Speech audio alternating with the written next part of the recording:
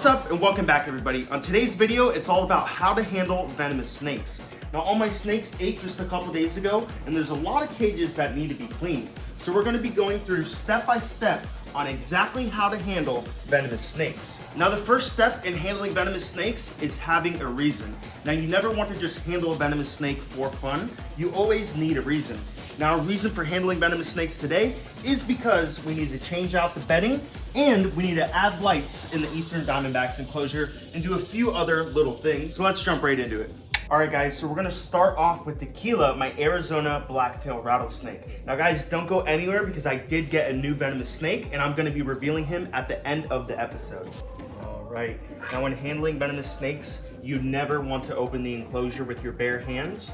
Always use a hook to open the enclosure, to handle the snake, to get the water out. Everything you do, you need hooks or you need tools. Now right here we have my female Arizona blacktail rattlesnake. Now she is actually a very striking specimen, but once you get her out of the enclosure, she's not too bad. So what we're gonna do, we're just gonna pull her out with this snake hook. We're gonna see if we can get a tail on her. All right, we don't need to. What we're gonna do is always keep our eyes on the snake. Never take your eyes off the animal. So while I'm looking at the snake, I'm pulling out this bottom drawer, which I know has no snake in it, and I'm gonna put this rattlesnake in this bin so that way we can safely service her cage without her being inside.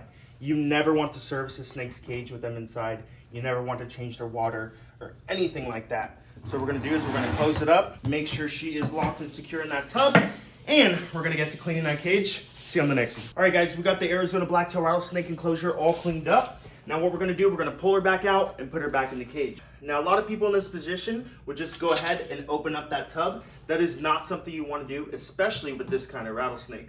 So what you're gonna do, you're just gonna use your hook, go underneath that lip, and pull it out. Now the reason we wanna use a hook is because right when we pull it out, she can strike anywhere in this range. So if your hand is right here, the possibility of you getting bit is very high. Look at that beautiful rattlesnake. Now what I'm doing right now, I'm doing what's called tailing. Now tailing actually gives you a better control when you're handling the snake. You don't just go straight towards the tail and grab it. You want to get the snake's first third hooked, and then you can grab the tail once you have a little bit of defense with the hook. So what I'm doing right now, I'm just tailing the snake. It makes it a lot easier to work with and handle.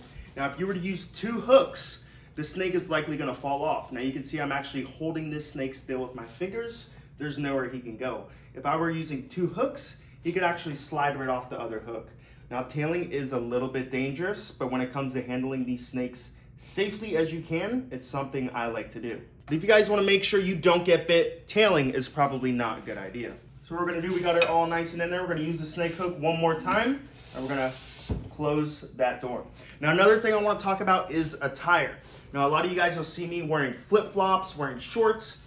That's okay, but that's my risk I'm taking. If you guys never want to get bit, do yourself a favor and buy some leather boots. Now these boots right here, they can get chewed on by a cobra, they can get chewed on by smaller vipers, nothing's gonna happen. But if a bigger snake like this Eastern Diamondback bites me in this boot, those fangs are sure as heck gonna go straight through that leather and into my foot. But having a leather boot is a lot better than wearing sandals. So attire is a big part and a big key when handling venomous snakes. Always you want to put the lock on immediately after the snake is in the enclosure so that way you don't forget. Locked and secure. Check out that beautiful rattlesnake right there.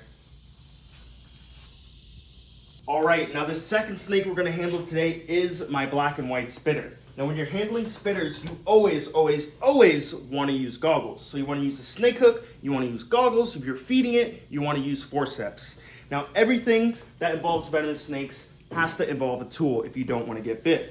So this right here, this is about 2.5 feet long, forceps, and these are even still small when it comes to feeding my venomous snakes. I actually want longer forceps. So what we're gonna do, it's very important to use safety gear like this. So we're gonna put our glasses on.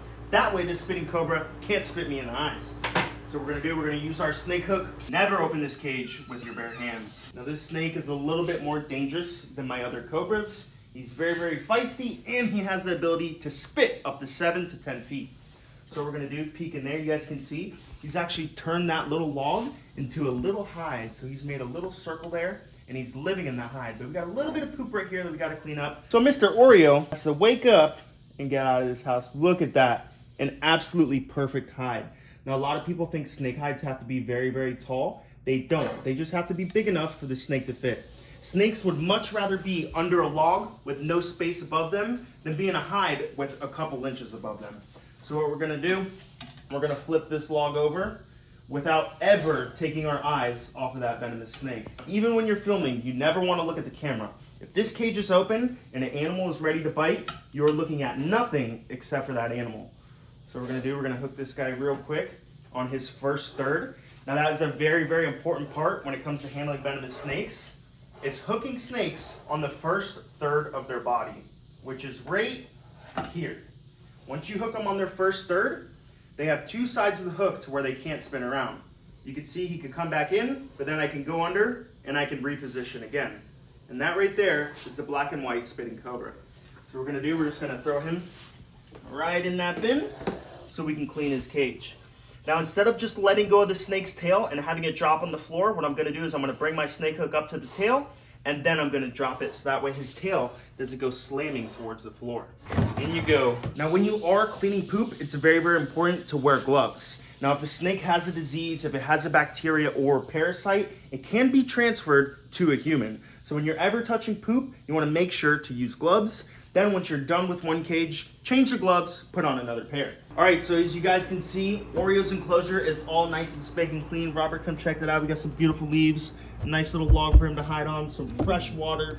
Beautiful, beautiful, beautiful. And I told Robert, once we move to our new facility, because you guys know I just bought a house, now we're gonna buy a whole new snake building. Once we go there, we're gonna actually do a deep, deep, deep clean. Once all these snakes are bagged and boxed up, we're gonna take all these vision cages, we're gonna throw them outside, we're gonna use soap and water, and we're gonna do a massive deep clean. Because right now, what we usually do is we just spot clean for about 2-3 weeks. Then I'll come in here and I'll do a deep clean with the chlorhexidine, but it's a lot better to actually use dish soap and clean the entire enclosure.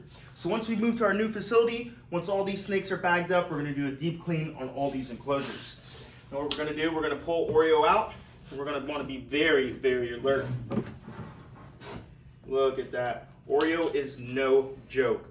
Now some people actually ask me, what happens if this snake spits in your mouth? Well, really nothing. Venom has to be injected while poison is ingested. Now this snake does not carry a poison, so if he spits in my mouth, I don't really have to worry about that venom affecting me in any way. So what we're gonna do, we're gonna hook him on his first third. Now the reason for hooking a snake on his first third, that's where they balance the best. So we're gonna hook him right there. You can see I don't even need to tail this guy. If his head is close to his tail when he's stretched out, there's no reason to go ahead and grab that tail. It's just too dangerous. If you can get a cobra to balance on the hook like this, that's absolutely perfect. So what I'm gonna do, I'm just gonna push his head right into the cage, and you're gonna see him slither right in there. He knows that this cage is home. He's comfortable in this cage, and this is where he likes to be. Oreo's all nice and tight in his cage. We're gonna grab that walk him in there. We're all set and good to go. Now it's time to clean the messiest cobra out of all, actually the messiest snake out of all the snakes in my collection. That is the Indian cobra. If you guys keep big cobras, you keep Indian cobras, monocle cobras, you know exactly how much these guys like to poop. Now, if you feed them one day, they'll poop the next day, they'll poop the second day, and they'll poop the third day after. Now, these snakes, I think when it comes to pooping, they really do it as sort of a marking a territory kind of thing. So when these snakes are in the wild, they're not just gonna poop in one little spot, they're gonna poop all over a tree, they're gonna poop all over the logs and the leaves. That way they can mark their territory when another snake comes around. Now the game plan always changes when working with this snake. It all depends on how he's behaving, how he's feeling that day when I take him out. Always, when a snake is under a hide, you either wanna flip the hide over or prop it up in the back. You don't want these hides falling back down on these snakes because it will hurt them if it's heavy enough. Look at that beauty right there. Whew. This guy is getting huge. Look at him. Now, in between their scales, the skin is actually white. So you can see this Indian cobra has been putting on a lot of weight. And in return, he's getting a lot of that white speckling along his back. Now that just shows us that he is very, very fat and healthy. But look at that Indian. Now when this guy's out of the cage, he's actually very, very relaxed. You can see he doesn't even like the hood up that much. When you're handling snakes, you don't want to do anything unnecessary. So all I need to do is clean the snake's enclosure. So what I'm going to do, I'm going to put him in the bin, I'm going to close the bin, and that's it. Now snakes get stressed out very, very easily. So when you do handle them, try not to handle them too much. Now I got that Indian cobra in this bin. Now it's time to clean his cage. Snake cleaning montage starts now. They got problems on problems on problems on problems on problems on problems. I solve them. I run through the money. The pressure be calling. Left on my blessings. I feel like I'm falling. The birdie is back. Tell me I'm garbage. I'm going through something. That's why I ain't calling. Phone and progression is all that I wanted. The phone and affection. I summon and dub it. Cause I got problems on problems on problems on problems on problems on problems. I solve them. I run through the money. Right, Indian Cobra's cage is clean. What we're gonna do, we're gonna take her out and put her back in, handling the proper way. As you guys can see, he's back in there. Now this snake is so big, I do want to get a tail on him. So what I'm gonna do is I'm gonna hook his back third of his body, and I'm actually gonna grab his tail and pull him right out. This snake is so big, he doesn't really like being balanced on top of the snake hook like Oreo, my spinning cobra, was. If you hook him on the first third, he'll slowly move his body around, and when his tail gets close to me, I'm gonna go ahead and grab it, reposition the snake hook, hook him on his first third, and that is how you wanna handle an Indian cobra. Now you can see, I can even hold him with one hand. Now both sides of that hook actually act as a little guard. So he can't come right back around on me because that hook is holding him still. So if he ever tries to come at your hand, just let go. Now this snake is very cool. He'll actually use the tip of his tail and stab you with it while you're trying to handle him. Now I see a lot of people handling cobras, and when the cobra comes back around on them, the keepers will still try to handle the snake. Now listen to me very clearly. Your life is more important than this cobra. So if this cobra comes back around on you and you have to choose between your life or dropping the snake, go ahead, drop the snake. The majority of the times the snake will be fine. It is not worth getting a bite just because you don't want to drop the snake. So if the snake turns around and he's getting close to my hand, I'm immediately going to drop that snake because my life is more important than this snake's. So I'm just going to pick this guy up, throw him in there. Now that right there is not a proper way to handle, but it is the way I do it. Now do as I say, do not do as I do. Now let's see how my Field's horned viper is doing. I can see we have a little bit of poop underneath that log. So we do have to take this guy out as well. Look how good this snake is bouncing on the hook. Now a small viper of this size, there is no need to tail that animal. Be very, very careful he doesn't fall off. I'm gonna open this without taking my eyes off of the snake, and we're gonna place him right in there. Such a beautiful snake. This snake is actually native to the Middle East. It's very, very closely related to the spider tail viper. Now, if you actually look at his tail, it is a spiky little black scale.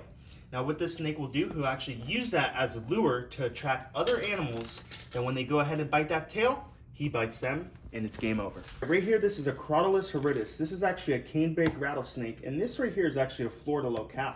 This guy was actually caught in North Florida. Now, typically, you're not going to find these guys down south in Florida. You're not going to find them in the Everglades. But in North Florida, Georgia, Carolinas, and even all the way up into New York, you will find the canebrake rattlesnake. There's a little bit of poop in here. We got to come in. We got to service this cage.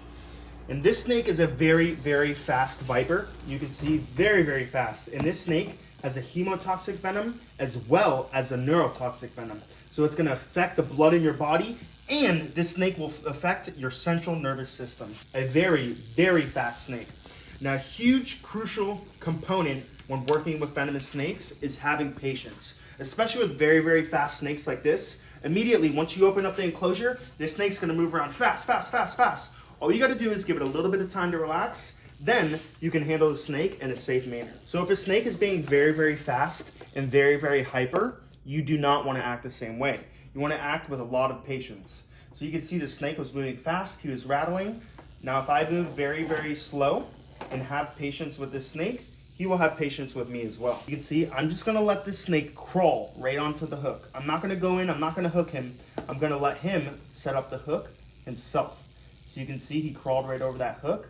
I'm having a lot of patience. I'm not being fast, you see? He slipped off the hook.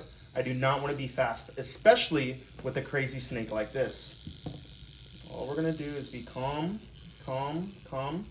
Then once I know he's balanced, I can move him in the tub below. Now you guys can see how being calm works so well with a snake like this. Now if I were to be fast, if I were to tail this snake, whip him around, poke him a lot, he's gonna act crazy. But if I act with patience, this snake will act with patience just like me. Look at that, look at those salmon colors on his belly, so beautiful. You can see this snake has calmed down a little bit. But when you're handling a snake that's very, very striky like this, you don't wanna waste a lot of time. You wanna be very quick. You wanna take him out of the bin, in his new home, and that's that. You don't want to throw him on the floor. You don't want to start handling him with your hands. You don't want to do anything like that. All you want to do is bring him from the holding container back into his home. That's it. Very, very minimal stress, so that way the snake will live forever. Ooh, the Monocle Cobra. You guys are gonna love this. So what we're gonna do, you guys can see we got this nice, beautiful log. We wanna locate the snake first. That's a very, very important part when working with venomous snakes. You don't just wanna assume he's under that log. You wanna look under the log, you wanna look under the hide, and really determine where the snake's at before you even go in. That way, you can devise a way better game plan. So I can tell this Monocle Cobra is underneath this little hide. So what we gotta do, we gotta pull this hide out, and we gotta pull this out as well. Now this is a cobra, so these animals poop a lot. And this little guy, he kind of does eat all the leftover rats. So you can see he pooped over there, over there, over there, over here. Cobras just poop a lot, it's just what they do. They're a very fast, active, skinny snake, and they burn a lot of calories, and they burn a lot of food, and they poop a lot. Ooh, this guy's getting big. I want to give a huge shout out to my buddy, Will Nace, for gifting me this little guy for my birthday, and Robert, they collaborated together. But this right here is one of my favorite snakes. Absolute tank, feisty little guy. And you can see, sometimes when you tail a snake, they'll freak out at first. What you gotta do is wait for them to calm down, position the hook, and then you're good to go. Now it's very, very important to use the specific tool for the specific snake. So right now I'm using a super thick hook. It's not very small. It's not giving me the right reach I need to handle the snake. So what I'm gonna do, I'm gonna switch off. I'm gonna go grab a smaller hook. All right, as you guys can see, I have a smaller hook. And you're gonna see how much easier it is to handle this snake. Look, he's gonna crawl right over it, and now I can handle him with ease. So what we're gonna do, we're just gonna prop him up over here. You guys can just see it's so much easier to handle a smaller snake with a smaller hook and a bigger snake with a bigger hook. All right, we're gonna pop your rod in there, Mike, and clean your cage. Now right here, guys, this is our brand new pygmy rattlesnake. Now we've actually been feeding this guy small mice, and he's taking them down like an absolute champ. And if you guys look at the end of his tail, he actually has only 2 buttons. Now his rattle actually just broke off. I'll show you guys that right now. Right here, this is that little pygmy rattlesnake's rattle. How cool is that? Now when rattles get so long, they tend to just break off once they hit the debris, hit the sides of the enclosure or the water. Look at that little tiny rattle. How cool is that? Such a cool gift this little guy left me. Guys, look at this striped pygmy rattlesnake. An absolute beautiful, beautiful specimen of an animal. He actually might have hypo in his genes. Now, if this guy has hypo, he's one of the first pygmy rattlesnakes that is striped and hypo in the entire world. If you want a snake to go somewhere, all you have to do is guide his head in that direction. Now, this pygmy rattlesnake still does not have a name, so if you guys have a good name for this frosted out striped pygmy rattlesnake, comment it down below. All right, guys, we're gonna do a quick update on my baby gaboon viper. Check this guy out. Now, you guys have only got the chance to see this guy one time, but look at him. So freaking cool. Now, like I said in our last video, gaboons, they're born very, very dull, and they get a lot more prettier as they age. Now, this little guy, he kind of looks very, very dull right now. You can tell he has a very, very black nose. But when this guy is an adult, he's actually going to turn purple. So a lot of these babies that have a lot of black on their body, a lot of black on their nose, that black turns into a dark purple once they're adults. So this snake right here is going to be awesome as an adult. Check him out. This snake is a super, super thick-bodied snake. One of the most thick-bodied venomous snakes in the entire world. Even a gaboon viper this size has a huge, absolutely huge venom yield. If you look at the back of his head, you can just see how fat his venom sacs are. Gaboons, since they are so heavy, they're another animal that needs a lot of support when handling. Now, this is a perfect snake to use a double hook on, just because they're so fat, there's a lot of pressure being put on their spine when these guys are on top of the snake hook. So if you use a double hook, that spreads their pressure out, and it's not so much pressure on their spine. All right, now the next snake we're gonna handle right here is a forest cobra, an African species with a cocktail of mixed venom. Now right here, we're gonna pull this guy out. He's just a little one, but he is very, very feisty. Now, it doesn't look like we have any poop to really clean in this enclosure, but we do have a small meal to give him. I just want to show you guys this beautiful, beautiful snake. All right, right here we have a small little fuzzy, and this little guy, he only eats when provoked. Right? Now, these snakes are known for standing up super, super high. Now, if you give him a couple little pokes, he's going to turn around, and he's going to try to bite this. Now, it may look like he doesn't want to eat right now, but he sure as heck does. Look at that snake. Whew. Look at that. You can see immediately he didn't want to eat, but once you provoke him just a little bit, this guy will eat right in front of you. I just want to remind you guys, if you do get bit by a venomous snake, it is very, very important to have another person around you. Now, some of these snakes can immobilize you very, very fast, so it's very, very important to have another person with you, being able to respond, drive you to the hospital, things like that. Another thing I want to make sure that's very important is bite protocols. Now, a lot of doctors, a lot of hospitals, they really don't know what to do when you get bit.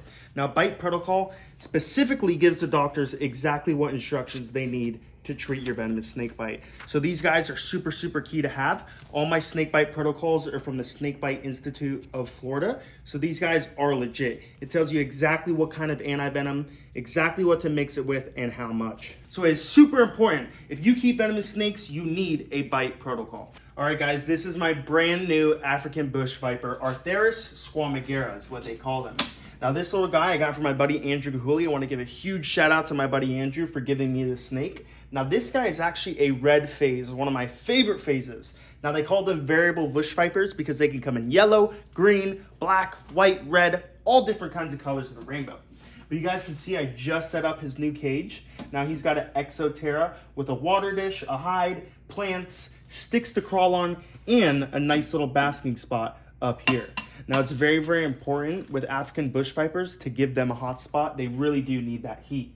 Now, this guy is brand new, and I really don't want to take him out and stress him out too much. But Robert, if you zoom in through that corner, you can see the head on that guy right there. Look at that.